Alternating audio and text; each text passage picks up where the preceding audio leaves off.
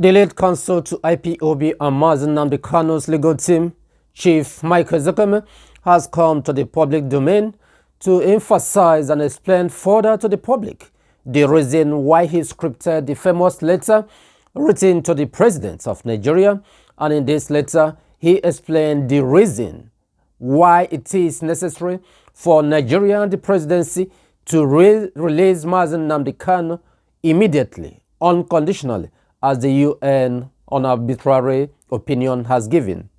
In this interview, Chief Ozekhome gave to the public step by step why it is necessary and the effects and the repercussion that it might have on Nigeria's states if they refuse to release the leader of the IPOB, the indigenous people of Biafra. Wonderful people, this is Nnamdi, where we are bringing you reliable news across Biafra and beyond. Let's take a look and listen to the points that Chief Ozekhome stated step by step, and it is a valid point. Take a look. You may win the war without winning the peace. So at the end of the day, it is always better to have peace, lasting peace, not what Chief MKO Abiola will call peace of the graveyard or peace of the cemetery. So I wrote to the President a 38-page letter with an executive summary of 3 pages, pleading with Mr. President to please release Nnamdi Kanu immediately and unconditionally, because Nnamdi Kanu's trial, as far as the facts have shown and as far as I'm concerned as his lawyer, is nothing but a political trial. Nnamdi Kanu is only a metaphor for the Igbo struggle for self-determination.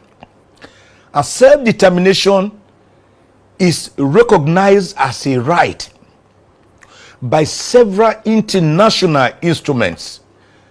The United Nations Charter, Section 1, United Nations Charter of 1945, Section 1 of the International Covenant on Political and Social Rights of the People, Section 1 of the International Covenant on Economic, Social and Cultural Rights of the People, Section 20 of the African Charter on Human and People's Rights. All of them recognize self-determination to determine your destiny, how you want to live, as a necessary concomitant of human beings as Homo sapiens. So that was how Nnamdi Kanu in 2012 founded IPOB, a non-violent organization. We all saw them marching on the streets of Umuahia, Aba, Onitsha, Enugu, and elsewhere, blowing whistle, marching, singing, wearing beret. They were not violent until the 14th of September 2017, when through Operation Python, the Nigerian army invaded the ancestral home of Nnamdi Kanu with his father in residence, Ozekhome Kanu, using Operation Python. In that operation, about 28 unarmed and innocent Nigerians were brutally mowed down. Nnamdi Kanu escaped through his teeth with the whiskers and landed first in Rome and then Israel, where he deposed to an affidavit to show the circumstances under which he had run away from Nigeria, that he did not jump bail which had been granted to him. Whilst on that bail in United Kingdom, as a citizen of UK, Nnamdi Kanu visited Kenya.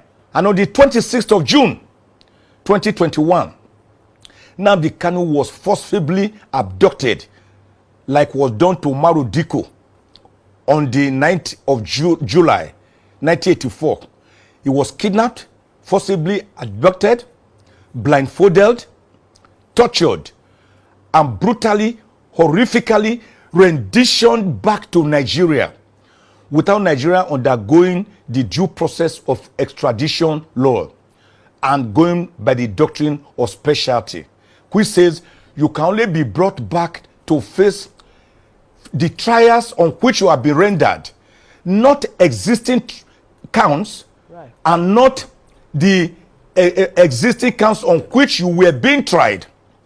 So when Nnamdi Kanu was brought back, they had to again amend the 15-count charge, the 8-count charge that were against him before he was brutally brought back to Nigeria, to 50 counts. I went to court, argued against the counts as being not valid. The court struck out 8 of the 15 counts, right, remaining 7, for over which we have appealed to the Court of Appeal.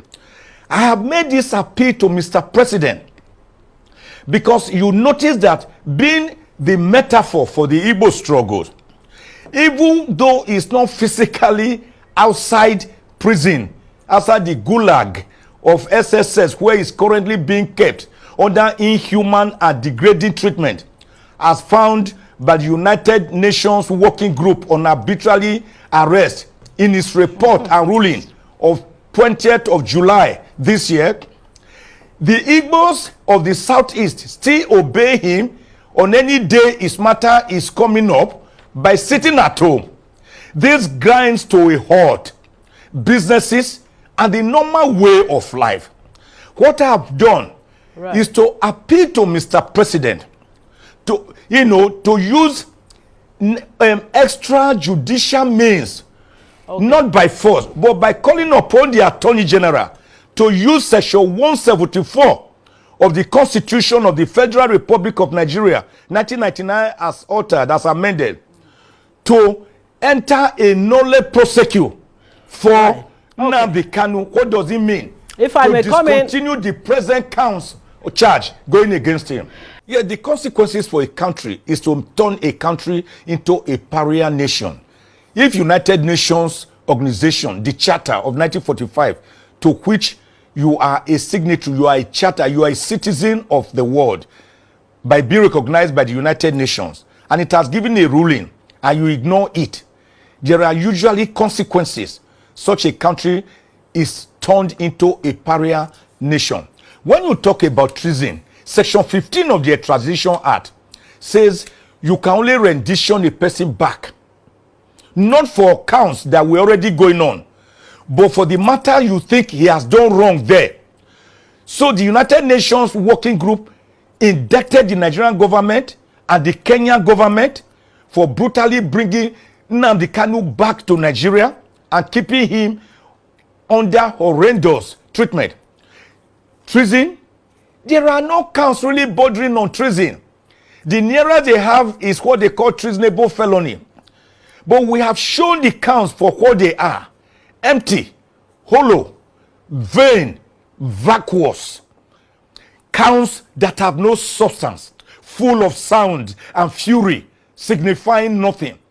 That was why we were able to strike out to get 8 counts struck out, remaining 7, which we have told the Court of Appeal to also strike out. If you accuse a person, for example, of making a broadcast, you didn't state where he made the broadcast, whether it was in the spirit world or in the land of the dead or in ghost land, and then you are saying that based on that voice, which can be simulated, that some people demonstrated in Nigeria and burnt houses, some military people were also affected. I hope the government will be able to call about 1 million Nigerians out of Nigeria's 280 million people to come and testify to show what effect they said a broadcast from an unknown destination, contrary to the Federal High Court Act and contrary to decisions by the Supreme Court, that you must state the venue of an offense and the time. They did not state. Would they be able to have up to 1 million Nigerians to come and state, okay, you made this broadcast? That is why some people broke ribs. The counts themselves are ludicrous and ridiculous. The nearest they would have got is that he imported the transmitter. All right, so your advocate, to where Obulu is Sizo. Anambra State, which the Federal High Court in Abuja has no jurisdiction over. So I am telling President Buhari that as the president of Nigeria, he can look at the larger picture, not at the smaller picture. He must see the cup as half full, not as half empty. All right. He must see Nnamdi Kanu if I may come in here, from the binoculars that is being persecuted, his political persecution, as found out by the United Nations Working Group on arbitrary detention. To start with, the case itself is political. When I say political cases, I know them. I've practiced law for 41 years. When the president says he will not interfere with the judiciary, no one is saying he should interfere with the judiciary.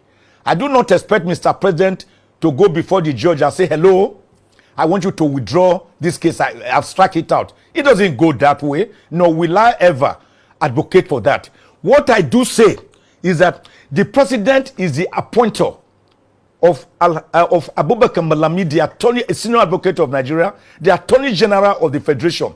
Have you not seen in the last 7 years many political cases, many cases involving federal government appointees that were discontinued with a nolle prosequi? That is not interference with the judiciary. It is a right, a constitutional right given to the attorney general of the federation under section 175 of the constitution, that you can undertake, you can continue, you can discontinue, you can withdraw any charge that is already going on, whether initially filed by you or by any other person or authority.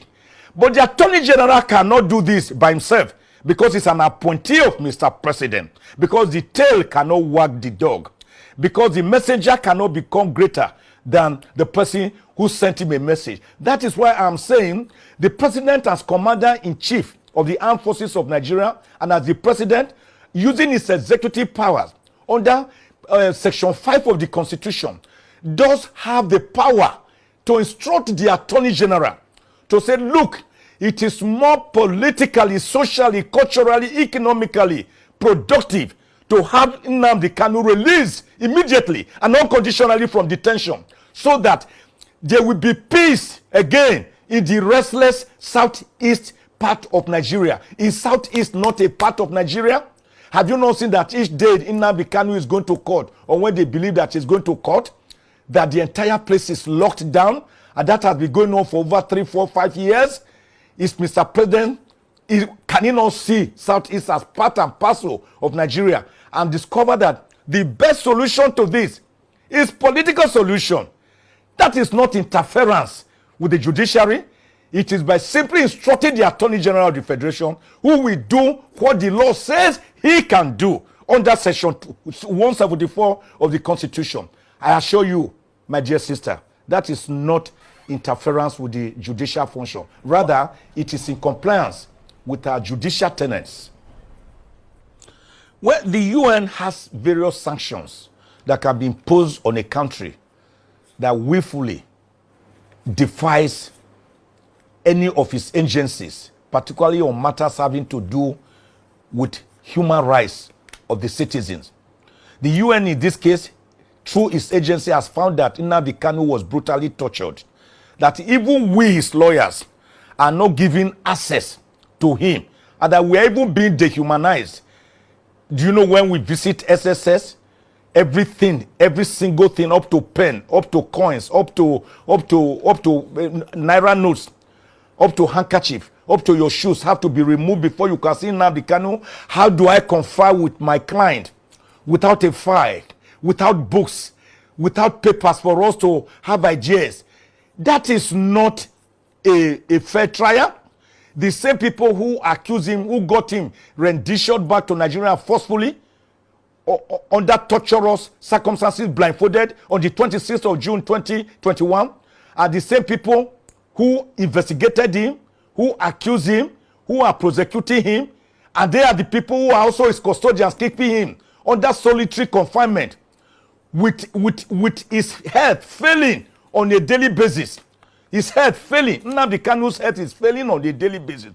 And we have begged, let an independent doctor look at him, particularly having regard with his potassium content, the potassium content in his body.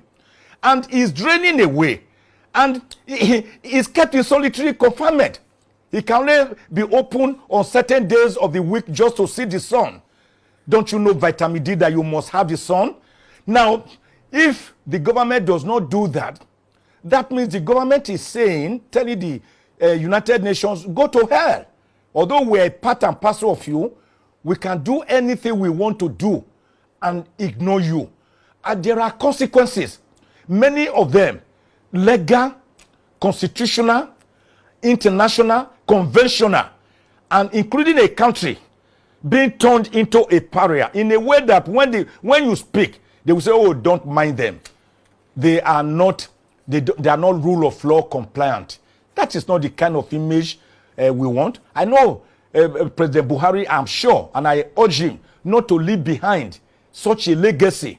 Didn't he just tell the hunger last week when he was here that he wants to leave behind a legacy of adherence to rule of law and a free and fair election and electoral process? This is one such time that Mr. President is being called upon to walk the talk that you just said last week by releasing Nnamdi Kanu unconditionally, forthwith, immediately. And it caused the government no harm. Nnamdi Kanu will simply come, go back to his village. The entire Igbo people will come out jubilating. Everybody will be happy. Can't you see that the tension is too much? We can, instead of self-immolating, self-destructing, we can self-build. We can build confidence. We can stretch our hands across the Niger, across the Benue. We can incorporate everybody. We can have rapprochement. We can bring about peace, genuine peace that leads to egalitarianism. Peace, not peace of the graveyard or cemetery, but peace that is built with mutual respect. Yeah, so that point has been. We also feel they are a part and parcel of this country. That point has been well. It has been well made. If I may just. Sunday Igboho, yes, who was also arrested. Right. I've written severally on it that he should also, because his determination for Oduduwa Republic is not a crime known international law. And that's the point I'm trying to make. That's the point I'm trying to raise with you. If it will not signal to non-state actors and other ethnic agitators that they can actually go ahead in the event that President Muhammadu Buhari really responds to your appeal. Excuse me. Yeah. You and I, we are living in Nigeria. You are talking about harmless people who are not armed. Are you not aware that in this country, some Boko Haram, some people accused of Boko Haram were released and traded for others by way of a quid pro quo? They say, okay, release some of us. Then we will release some of your detained citizens. Are you not aware that that has gone on in this country? So what is the bad precedent of saying a non-violent person should be released from detention, from illegal detention, a detention that the United Nations has been found to be illegal and to be unconstitutional and to be torturous? I do not see anything that is setting any bad precedent there in a situation where as a matter of fact, some Boko Haram and armed bandits are being released in exchange for some of their members, where kidnappers are demanding from parents of children they have kidnapped to buy tarodo, tatashe, tomatoes, vegetable oil, palm oil, ugba, to buy salt, to buy rice, for them, beans, yams, for them to feed their children so as to keep them alive, to enable the parents pay ransom for them. What is the long precedent here that we are just saying find a political solution by going through the tenets and the provisions of the law? I do not personally see anything wrong with that at all, and there's none that I know of. And I cannot see it leading to any floodgate or any resurgence by other people coming to say, criminals coming to say, oh, you must also give me reprieve. It does not happen that way. How many Nnamdi Kanus do you have in Nigeria? And how many Sunday Igbohos do you have in Nigeria? These are people who have carried the specter of their people on their heads, and they have become a metaphor for their self-determination struggle. Thank you, Barrister, for that in-depth analysis and clarification For those who didn't really understand the importance of that famous letter written to the presidency, it has been cleared. In other words, they just a metaphor to give them the order that this is what they need to do. It's not even a beg, it's not a plead, but it is reminding the federal government of Nigeria that this is what it means. Your failure, your refusal to release Nnamdi Kanu at this point in time, look at the detriment you might be facing. So it doesn't matter what you call it. If you decide to call it that IPOB is begging the federal government, then that's for you, whatever you want. But Barrister had just explained it.